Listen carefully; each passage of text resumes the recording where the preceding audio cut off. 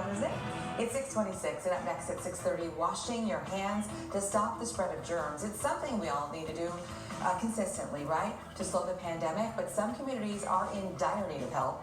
We're going to share how one Valley teenager is making it her mission to get hand washing stations to the Navajo Nation. Plus, breaking overnight, a Chinese Only here on ABC 15 Mornings, a Valley teenager saw the need in her Navajo Nation community, so she went on a 1,500-mile trip, delivering hand washing stations to a community that in many cases has no running water. Our Carla Navarrete sharing this touching story of seeing a need and making a difference. In Japanese, Kaori means strong, and that's exactly how Jolene Robertson sees her 17-year-old daughter, Kaori. She's definitely living up to that name. Kaori says her idea to buy touchless soap and water stations like these for the Navajo Nation stemmed from a recent trip her mother and father took to the community. They want to wash their hands, but they don't have the resources to. So Kaori started off by fundraising. It's about $3,000, and we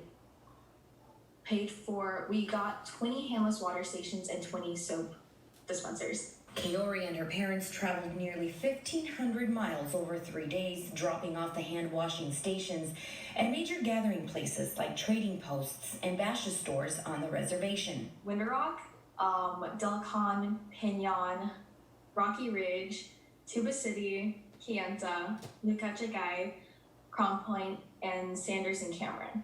So those are all the cities that we visited. The stations come at a critical time when hand washing is so important as COVID-19 cases run high, and yet 30 to 40% of those who live here have no running water. Water on the Navajo Nation is extremely valued, and there's only a limited amount of water that you can haul even on a daily, weekly basis. So that amount of water that comes into your home when you do not have running water is extremely valuable. The touchless mechanism from soap to water dispensing was a key component for Kaori, since these stations are used by so many. When they saw the handless water stations, I could just see their eyes light up because they were like, wow, I want this. For Kaori, whose grandmothers still live on the Navajo Nation, the stations could be a life-saving mechanism during this pandemic. It was tiring, but when we got there and we were dropping them off, it was worth it. Like I said, the reactions of my community, just their eyes lit up, they're smiling.